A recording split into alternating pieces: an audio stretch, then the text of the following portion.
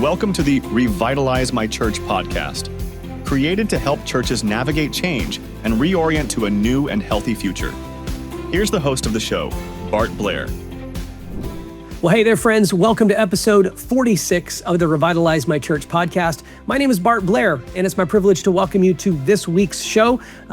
If you happen to be new to our podcast, we've been producing this podcast for almost 2 years with the purpose of helping churches navigate change and reorient to a new and healthy future. We produce 2 episodes a month. We drop on the 1st of the month and the 15th of the month. On the 1st of the month, it's typically a conversation between Nathan Bryant, the executive director of our ministry, Assist Church Expansion, and myself, and we share things that we're learning, insights, or things that we think will be helpful for you. On the 15th of the month, we typically feature an interview with someone that we're learning from or partnered with, and just bring in a different voice with a different perspective and some different experiences. This week's episode is one that I'm really excited to share with you. It's an interview that I recently did with Terry Long from the North Carolina Baptists. I'll call Terry a new friend, certainly someone that is like-minded when it comes to ministry in the local church and helping churches find a new way forward after a season of decline or stagnancy. Really a great guy, with the exception of the fact that he is an Oklahoma Sooners fan. I guess by the fact that he was raised there, he can't help it. But if you look over my shoulder here, you'll see why I'm not necessarily an Oklahoma Sooners fan. I am a Texas Longhorn. Hook 'em horns. Some of you are like, I don't care. I don't even know what that means. That's okay.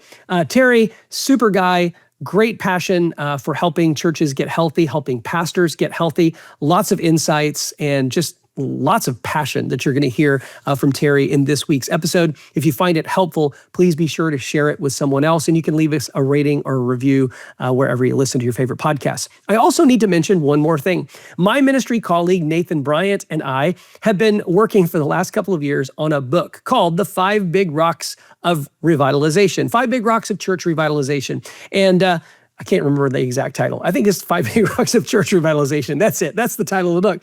And the book is going to be available as of July 15th, primarily on Amazon. There will be some other places that you can purchase it. But I wanted to let you know that it is coming, so you can mark your calendars. We'll remind you as we get a little bit closer to that July 15th date. If you happen to be a part of our fellowship, the Charis Fellowship of Churches, we will have copies at our national conference this summer. If you happen to be listening to this not in real time, like maybe it's, later in 2026 or 2027 or 2028, go check it out on Amazon. We'll link to it in the show notes of future episodes. There's nothing to link to in this particular episode, but we're really excited to share this resource with you. It's a book that we put together for church leadership teams and pastors to sort of think through what the primary big steps are that they need to take to help their church move towards a new and fruitful future. Well, that's all I got for this week's introduction. Thanks again for tuning in. Here's my interview with Terry Long from the North Carolina Baptists. Well, Terry, thank you so much for hanging out with me and recording this podcast episode today. Yeah, Brother Bart, great to be here, man. It's great to see you. We've been connected with you and your organization a little bit, just sort of some fringe connections, some conversations, a fair bit of content that you guys have created that we have stolen and repurposed for some of our revitalization work that we're doing in our fellowship and outside our fellowship. You and I don't know how many times we have scheduled and rescheduled this conversation. It was a few. Finally glad that we get to have it. Your name has been dropped multiple times in our podcast, but our audience will have really probably not much context of who you are. Can you just share a little bit of your ministry story, your journey, and how you ended up where you are and doing what you're doing today? Yeah. Came to the Lord at 9 years old, 1989 at a VBS. From a broken home background. So I was one of those VBS kids that clearly heard the gospel and just loved the Lord from that moment and responded.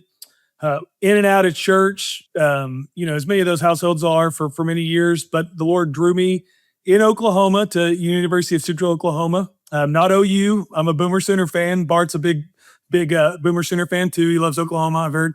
So, yeah. Cut. Can we cut? No, I told you we won't edit that out. We'll let it roll. No, planning on going to Oklahoma. The Lord had different plans. Was able to get a scholarship at the University of Central Oklahoma and went there. And the Lord just drew me to people that were really living out their faith in the Lord. That was the first experience I had with discipleship. to really grow in the Lord, and started serving in a church. Then, to be honest, was probably put on staff in a church a little bit too biblically early, just kind of pushed into some things and learned. And from that point on, done youth ministry, college ministry, children education ministry, and then senior pastoring in both Oklahoma. Got my degrees at Southeastern and Fort Worth. And then when I came to North Carolina, did ministry, got my THM and DMin in revitalization at Southeastern. So that's that background, a ministry background. Got a beautiful wife, Joyce, who is pregnant with our sixth child. We are a foster adopt family, so we got a blended family of six. Our oldest is 23, Nicole. She's doing an awesome job on her own, has a couple boys of her own. And then we've got everybody else lives in our household as a adopted and biological family. We have got a 11-year-old, 10-year-old, 9-year-old, 8-year-old, and my wife is pregnant with our second boy, and just found out he was a boy literally about 20 minutes before this podcast. So I'm kind of on a high right now, Bart, because we got more testosterone entering the building.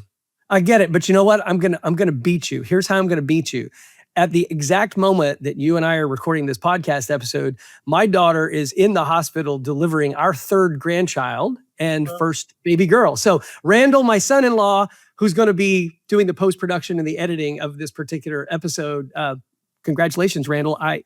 We don't know the baby's name yet. We do know it's a girl, but they kept that a secret from us. So that'll be grandchild number 3. We got twin boys that are about 20 months old, and now we're gonna have a little granddaughter. And like literally, I put my phone on do not disturb. We'll get a phone call any minute now telling us hopefully that everybody is good and healthy. So there you go.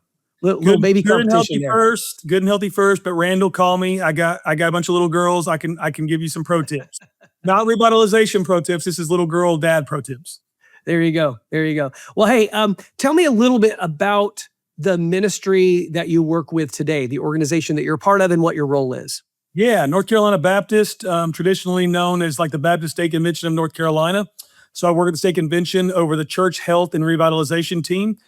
Typically, what that means is when someone calls the convention, we're usually their first line of resource. If it's not a church plant, you're probably talking to us first. And literally, our goal is that we want to. We don't care whether you plant, revitalize, or replant, but we want to see plants, replants, revitalizations happen for the glory of God. That we believe that healthy churches, the healthier the church, the more that really the Lord's glory is seen through churches in the local community.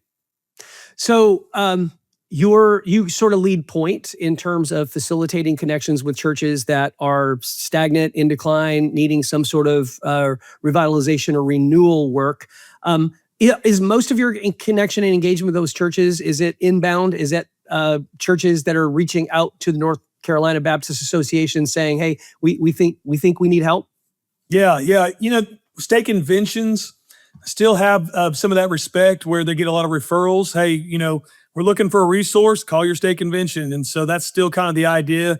We get a lot of referrals, directly when people don't know who to call the state convention, or from churches we've worked with that refer us, hey, this went well for us. You guys should check these guys out. We're getting more and more of those, just like your podcast, people hear, hey, something's going on there.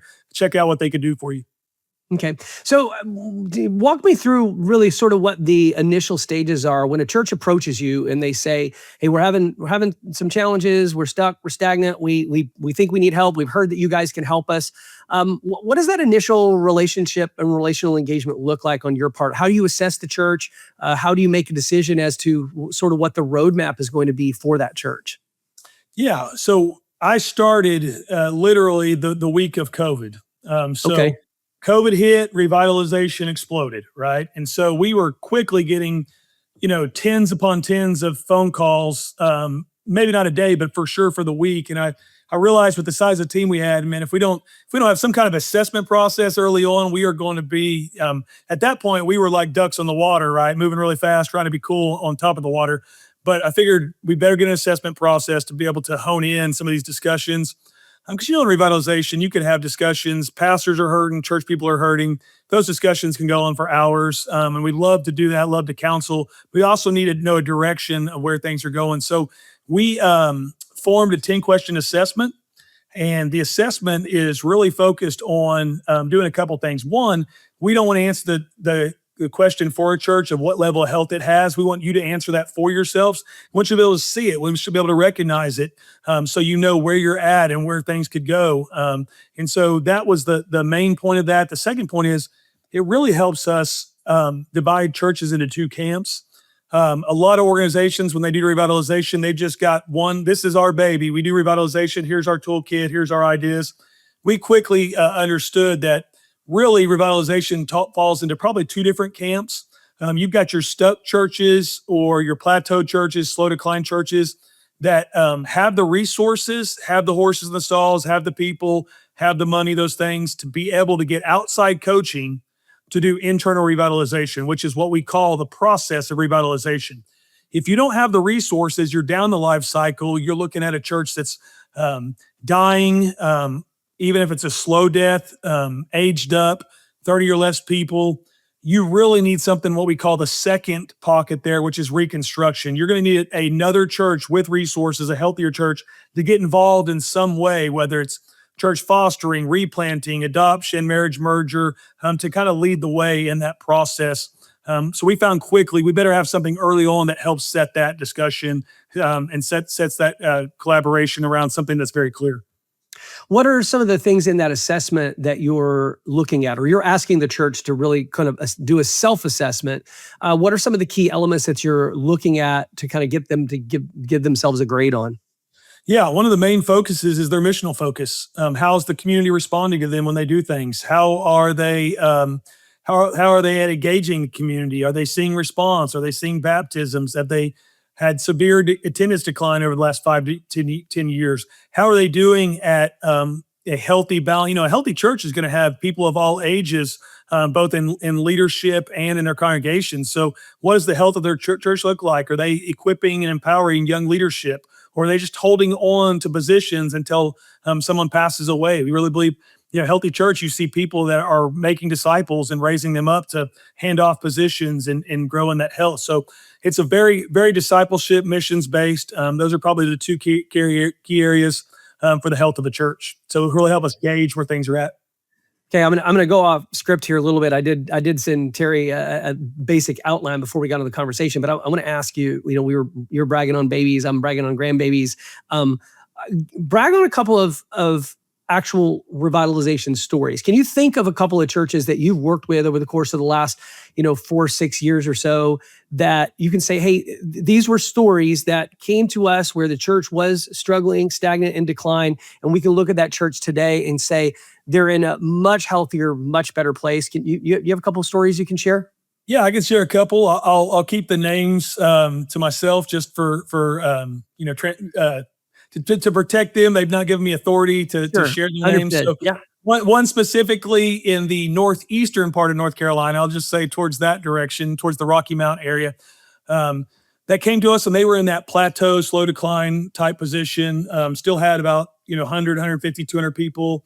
And they really looked at their discipleship processes for the focus on being missional, raising up the people that they had, that everything was going to be on the table. Like, I don't care if we've been doing Sunday school for so many years a certain way, or way we've been doing our worship services, everything's going to be on the table, that we would grow our people to be disciples and conform them in the image of Christ. And then they would go out and make disciples. That was going to be their focus and their key. Since they've done that, they've doubled in size. They hit Easter at 400 people last year. And listen, we say, and I'm sure you guys say the same thing, growth is not every marker, but growth is a marker. That, it's Sure. not, we don't really just pump up this one marker. Everything's about, numbers, but it is a marker. You need people to make disciples, and they are both reaching people and making disciples and growing a healthy church, both wide and deep. So I'm very proud of the work that they're doing. And it really hits on a main key there. It's one thing to go through a revitalization process. It's a whole other thing to implement it and make the hard decisions. And they're doing that, and they're seeing the fruit that's coming from it. The other one is probably down the life cycle, about 30 people in a church here in central North Carolina. immediately recognized they didn't really have much of a direction, didn't have much of a focus, didn't have a pastor, didn't know what they were doing. And so we engaged them into our fostering to replant process, saying, hey, we'll work with you for a year with and we've actually got 3 healthy churches working together to foster this. So we could talk more about what that model could look like. But we are rotating pastors and preaching through expositional preaching, the same book of the Bible, in order to kind of balance the pastors coming together. We are helping them kind of launch their children's ministry, and we are helping them also in their outreaches and things that they're doing. And that church started with 30 people, all aged up, all senior adults, or not just retired senior adults, but very senior adults. We got to be careful on both of those. But and they just said this is what's worked with that church. One, they wanted to serve Jesus at all cost. Like, we want to lift up the name of Jesus in our community. And then 2, they got tired of seeing their kids and grandkids leave the church and not be anywhere. And I think they recognize what's a key to so many of our revitalizations. We got to stop focusing on what we're losing and really hone in on what we're gaining. And they've really honed in on that, man, what we could gain and what we're willing to give up some of our preferences to see our kids, grandkids in this community come to Christ and come to the Lord. And since that, and we're only 6 months in on that, and just seeing a great work together with our healthy churches. And then the church actually has done the things they would say they're going to do. So I know one of the thoughts and questions is, what happens with the healthy revitalization? Well, you have to actually implement the things that you say you're voting on, and they're doing that. They've made some great changes to reach people. And I will tell y'all this, we had a baptism Sunday a month ago. They are now averaging from 30 to 55 to 60 people, and they had 10 baptisms on baptism Sunday. That's amazing. Yeah. I mean, come on. I mean, even now it's given me, like, those amazing goosebumps, which is not what we go on, Bart, but it still feels pretty. Yeah. Right. Yeah. I don't know. I think the Holy Spirit can cause goosebumps. That's not the only cause of goosebumps, but I love that. I love you hit on a couple of things there that I just want to make sure that our audience hears, because I've had the same conversation. I would say that by and large, the vast majority of churches that our ministry tends to engage with are churches that they're like probably under 80, under 60 people, but the average age is typically over 60, maybe even over 80. Like that's the typical demographic. And a lot of the people that I have engaged with who are listening to or watching this podcast, who are outside of our fellowship and outside of our network, that's the majority of those churches. The first story that you told of a church that still has over 100 to 150 people. A lot of the churches that I'm working with, let's say, they would look at that and go, I don't even understand why you have to revitalize a church that has 100, 150 people in it, right? Like we haven't been over 30 or 25. We've been averaging 25 or 30 for the last 2, 3, 4 years. And I also want to just double down on what you said there earlier. And Nathan and I say this all the time on this podcast, that our goal is not to make churches bigger, but it is to make churches healthier. And I've got a couple of churches that I'm working with that are smaller churches that have been in a revitalization season for a year and a half, that haven't necessarily grown numerically, but they have grown to be healthier churches. And I look at it and go, I think we're doing the hard work today to establish the right kind of culture, the right kind of posture towards the community and lost people in the community, that at some point the Lord will reward this church and the pastor and the leader with some sort of fruit. Does that mean they're going to grow from 30 people to 300? Like, I don't know. I can't predict that, but I do believe that the fruit will come as a result of that. One of the things that you hit on that is a constant conversation that I have with churches is asking that question: what would you be willing to give up in order to have your kids or your grandkids attend church with you here on Sunday? Because I hear the same thing that you're hearing. We're tired of seeing our kids and our grandkids not just leave our church, but leave the church in general, right? And so the question is, what is there anything that you wouldn't be willing to give up in order to have your kids and your grandkids come and sitting in a pew or a seat with you on Sunday mornings? And I know that it's a hard thing for a lot of churches to go through, right? There's a lot of times we'll say nothing. I would give up anything until all of a sudden you start naming the things. As soon as you start naming the things, they're like, oh, I hadn't thought that we might have to give that up, right?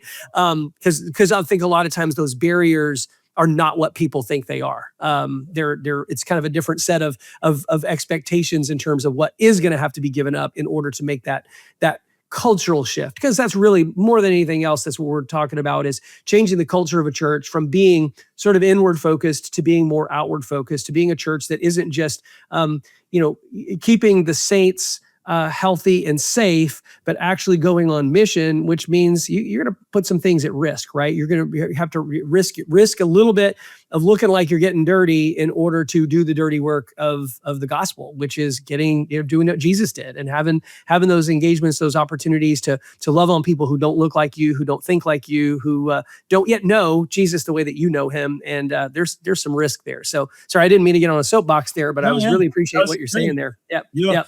Yeah, and that's, I mean, here's the deal. So to book in the first question with what's so important with what you just said, we start with the assessment to see where they're at, but we want to immediately go to the other end of where we would lead them.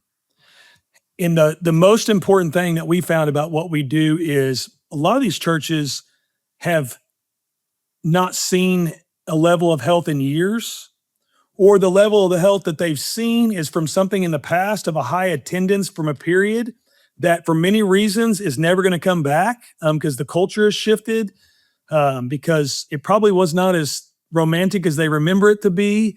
And none of us have arrived. Our goal is not to get back to that high point in attendance, right? From the church where it was.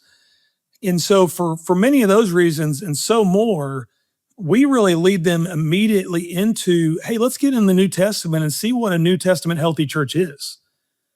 And we're going to guide you through the process, and we've got our own markers and we can set that before you, but we want you to come up with 6, 7, 8 markers of what a healthy New Testament church is, because we want you to know day one, this is where we're going until Jesus returns, until we die, or this church does whatever, this is where we're going year over year, step after step. And that is the guide. And because here's the deal, if our motivation is, these are all even great motivations. And I love that about the church I just talked about. It's a great motivation to have. I want my kids and grandkids to come to church. Even great motivations like that can flee. Mm-hmm. And you can be on to the next motivation. And then sometimes I'm on to not so great motivations.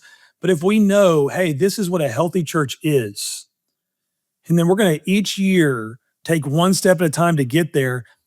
It doesn't matter if it's a church of 8, 80, 8,000, 800. We've all got one step to take towards that level of health. And we're going towards this place of what I really just believe in, the healthier the church, really the more focus of the glory of God in the community. And that's where we need to be, no matter what the size of the church is. And I'm just this big believer, Bart. If every single one of our churches will look in the New Testament what a true disciple of Christ is, and we would have our personal discipleship lined up on, I want to grow. This is where the give up stuff comes up, right? I don't like this. My flesh doesn't like this. I'm not comfortable with this, but this is what I have to give up to be conformed to the image of Christ, of my Savior who died on the cross for my sins. I must give this up. I want to be like Jesus. That's my motivation. And then if we do that collectively as a church, right? A church is just a collection of individuals that autonomously have chosen that this is going to be our lighthouse, together in this area for the gospel. And so as a church, we say, hey, this is the 6, 7, 8 marks of what a healthy church is. And hey, as we're making decisions, this may not be my preference. I may not love this. It may not be comfortable for me. But hey, for the glory of God, I want us to be the most healthy church we can be. It starts really laying in place those decisions to make. Things like, hey, you know what? It's not just about my kids and grandkids. It's about, a healthy church is on mission. Healthy church is in its community and reaching people, no matter what they look, no matter if they look like us or not. We have a better scope of where Christ would call us to be. And I think it also just, brother, we've got to get back to the gospel. We've got to get back to the center of our focus. What's going to drive us as Christians is our heart for the Lord and for the gospel and what he's done for us. These can't just be tools or hey, give up this and that because I'm asking you to. I think the gospel and wanting to be like Christ and be his church that is the most beautiful bride, that's what's got to be able to drive those decisions. Because then you're really talking about the heart, not just this, give and take. Hey, I'll give up this, but you got to give us back this. Hey, okay, I'll give the young people this type of worship, and then we'll take it. Like I don't think that's it, brother. I just don't think that's it. Yeah, I think I love the fact that you have the churches really look back at first century church. Like look at what was the church doing? Obviously there's debates on what's descriptive versus what's prescriptive, 100%. But I do think that what's happened over generations, we've probably talked about this on our podcast in previous episodes, but it is a reality of something that we face, is that a lot of times some of the most sincere, God-loving, Jesus-committed people in these churches simply mistake longtime traditions for biblical prescriptions. 100%. Like, we do this way because, well, isn't this what the Bible teaches? Well, it is a pastor's interpretation of what the Bible teaches from about 40 or 50 or 60 years ago, or 80 or 90 or 100 years ago. And that became sort of this traditional way of living out this biblical expression.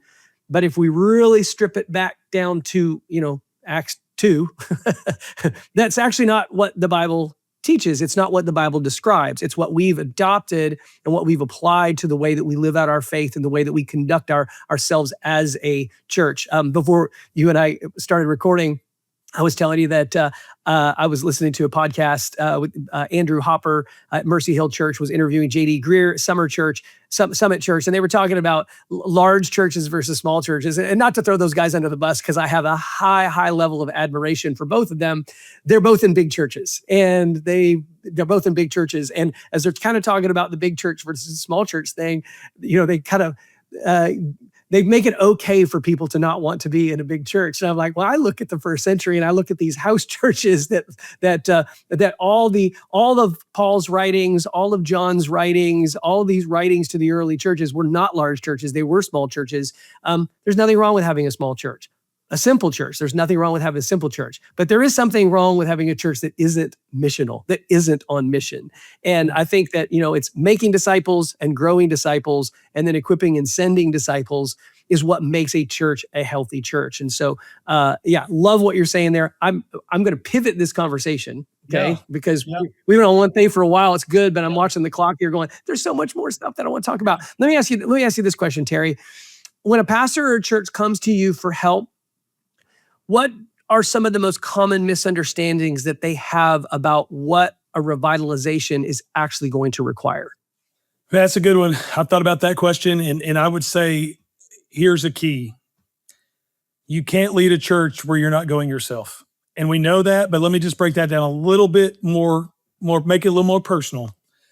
I think we hear so many times, a pastor calls and, hey, my church needs to be revitalized. It's not I need to be revitalized. It's my church needs to be revitalized, right?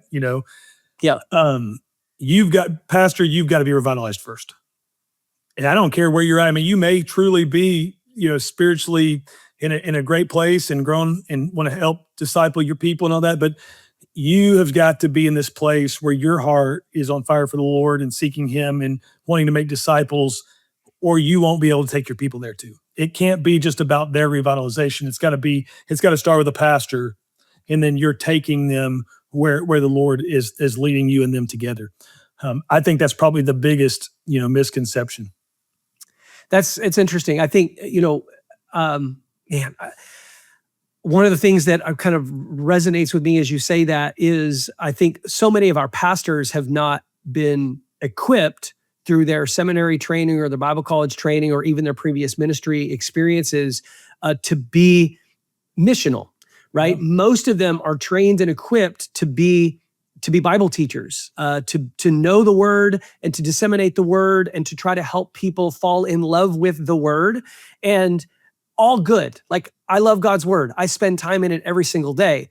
But the word isn't our first love. Jesus has to be our first love. And when Jesus is our first love, then the directives that he's given us, loving God, loving our neighbor, going and making disciples, baptizing them, then those directives that we get from Jesus have to be sort of the top shelf responsibilities that we take on. And I think pastors have to model that for their churches. And it's tricky because especially in some cases, you're talking about guys that have been in ministry for decades, needing to do the hard work of going back to the basics of what is my role and responsibility as a disciple of Jesus, not just as a pastor, right? Because you're really modeling what being a disciple looks like. And if you're not investing in relationships with people who are far from God, if you're not in the community, if you're not exercising hospitality, if you don't know your neighbors' names, that's a pretty good place to start. Like if you're going to revitalize your own life and your own journey as a disciple of Jesus, as a pastor, how about getting to know the names of your neighbors, the people who live in your neighborhood? Because Jesus said we should love our neighbors as we love ourselves.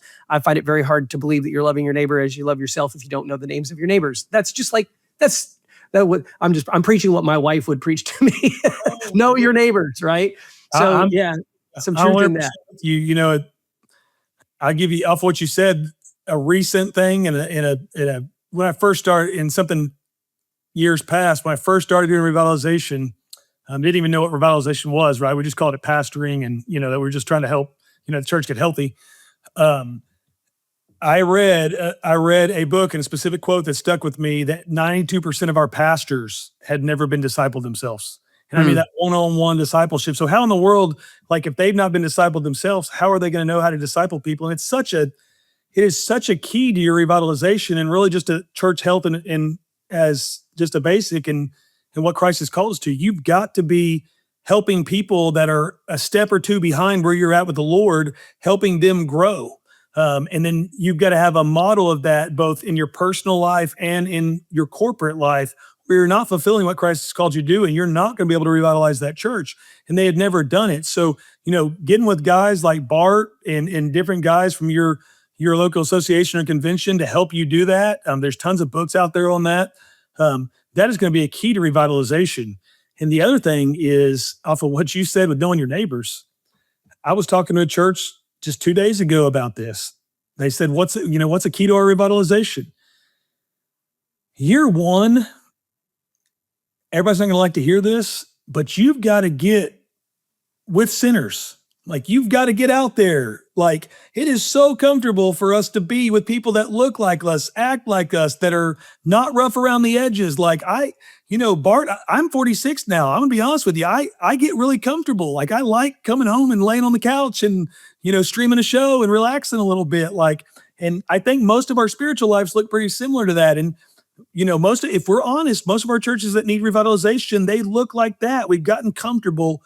You've got to get around people that make you uncomfortable. I'm absolutely not telling you to expose your kids, grandkids, even yourselves to sinful situations, but I am saying you need to get out in the community and be a coach on the baseball team and to, hang out with people that are where the community is, be involved in your schools and things, because that's where lost people are. And if you want to see people come to know Jesus, you got to go to where they are. And if you want to then see them come to your church, you got to go build a relationship and build that bridge.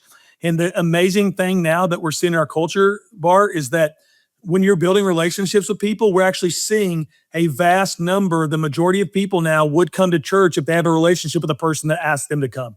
We just got to go build that relationship. Yeah, the kind of the concept that comes to my mind is, if you're a person that spends any amount of time on social media, Facebook, Instagram, YouTube, whatever it is, that all of those platforms build an algorithm around what you have demonstrated that you are interested in. And so your social media feed becomes kind of this echo chamber of all the things that resonate with you, that are of interest to you. And the voices that you hear are all voices of people who, again, look like you, sound like you, say the same things that you say, and think the way that you do. In incarnal mission, in real life, we have to deliberately change the algorithm of our lives. We have to recognize that we have to change patterns. We have to adopt new ways of looking at the world and looking at people. We need to see them the way that Jesus sees them, which is people made in the image of God. No matter how much we might disagree with their personal opinions about politics or social issues or whatever that might be, they are lost people in need of a savior, and you have the gospel, And you may not necessarily be the one that needs to communicate the gospel to them, but you need to be the gospel light in their lives so that they can find their way into a community where they can find that hope. I think you're bang on. There is a cultural shift. One of the cultural shifts that we see that we have to navigate churches through is that we have a building. I've been in church planting for the last 25-ish years. I've basically, in most of my ministry life, never had a building. We've been portable for almost all of that. I'm planting a new church now. We're going to be portable. The only thing that we have building-wise is the homes that we live in. When a long-time established church has been in a building on a property for a really, really long period of time, the focus of evangelism always revolves around how do we get people to come to us? How do we get people? But you know what? We've got to be just like Jesus, which is leaving the comforts of our place and going into the world where the lost people are so that we can rub elbows with them, build relationships with them, and demonstrate to them the love that God has for them. Then those invitations to invite them into, whether it's events and activities on our campus or actual church services or Bible studies or whatever it is that we're doing, those become much, much more natural, much easier bridges to gap. That's the right phrase. Yes, gaps to bridge. That's the word. They become easier gaps to bridge. But I think that's part of it. Is it's a cultural shift from going, well, why don't people come to church anymore? If we just do this thing, more people will come to church. If we just do this way, more people will come to church. Actually, you need to go build more relationships with people who don't yet know Jesus. Build the trust, high level of trust. And in the business world, we use phrasing that, if you're a mechanic in a local community, people will more likely bring their vehicle to you when they know you, like you, and trust you. Working on a car requires a certain level of trust because I'm an idiot when it comes to cars. And if you tell me it's going to cost me $2,000 to fix this thing, I've got no choice but to trust you. So I want to have a mechanic that is trustworthy. In the church space, when it comes to outreach and evangelism, it's the same process. People need to get to know us. They need to like us to eventually trust us. And when you're talking about building relationships with people in the community, you are automatically conveying or building a certain level of trust that people are going to have with your corporate church entity because they know and they trust you. If I know you and I like you and I trust you and you say, I want you to come to my church event or this church thing that we're doing, I'm going to actually infer some of that trust that I have in you into your church leadership. And so I think that's something that we often miss. So sorry, another soapbox there. No, it's not soapbox. I mean, it's all tying in. I think, Bart, you asked me what do pastors not know when they call? And let's flip that to the other side. What do churches not know when they're engaging a process? Yeah. Without fail, 9 out of 10 churches are still caught in that model of come and see church. Most churches do not recognize what's the cultural shift that's been made. And either they don't want to recognize, but usually I think they just don't recognize it, that we are no longer in this time where church is what people do. Unfortunately, and I'm not saying that for what it should be, I'm saying that for what people outside the church think, they're choosing between church and 9 other things to do on a Sunday. That's their mindset. It's not just what you do. And so that's the biggest shift. And so that's again, pushing back to why we've got to go to what a healthy church is and what we're to be. Because most of the people we talk to, they're trying to get back to a model of church in the 80s and 90s where church is still what you did. And so if we have better preaching, better music, better children's ministry than the church down the street, or if we hire a youth pastor to do those things, it's going to happen. And I'm just here to tell you guys, probably not, because the culture has shifted. Mm-hmm. And that sounds like a horrible thing. I actually think it's a great thing, Bart, because I know a Lord that said that we're supposed to go and make disciples of all nations. Mm-hmm. And I actually think this is the Lord refining his church to get back to do what we were supposed to do in the first place, where we can't just sit on our hands and have great programs. We have to go engage people with the gospel and love them where they're at and invite them in relationship with Christ. So I actually see this as a pretty exciting day for the church if we'll engage it. I think that's an excellent point for us to finish on. Amen. That was really good.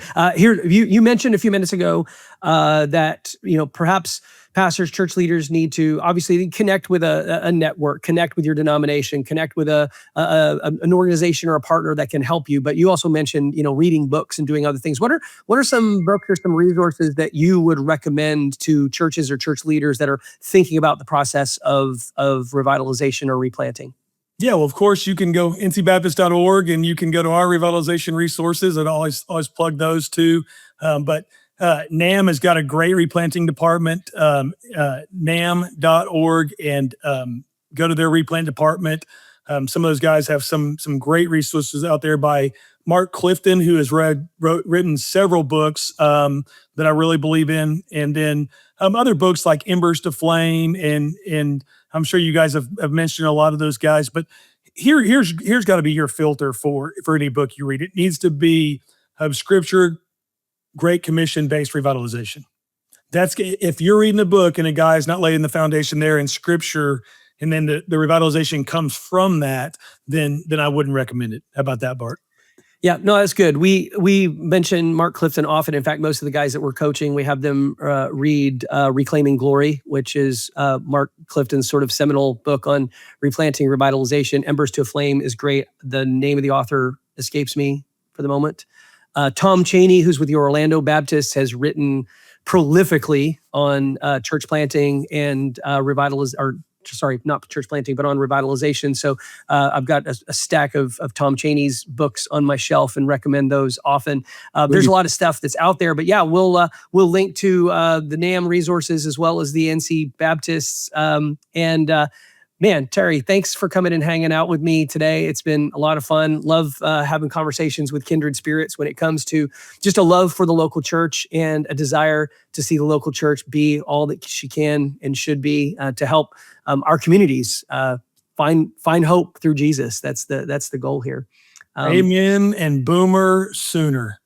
Yeah, well, with that, sorry, all you hook 'em horns. I'm going to wrap this one up. For those of you who made it all the way to the end of this episode, well, thanks for hanging out with us today. If you happen to be new to our show, we do want to remind you to subscribe wherever you listen to your favorite podcasts. We release 2 episodes per month, one on the 1st and one on the 15th. And the easiest way for you to make sure that you don't miss a future episode is to be subscribed so that they will make their way right to your mobile device. And if you found this episode to be helpful to you, maybe there's another pastor or another church leader that you think could be encouraged by hearing or watching this episode, make sure that you share it. That's the best thing that you can do for us. We create this content for free. We want it to be a blessing to you. And the way that you can repay us for that is just to get the word out to help more people find this content. So, Terry, thanks again. And for the rest of you, we'll see you in the next episode.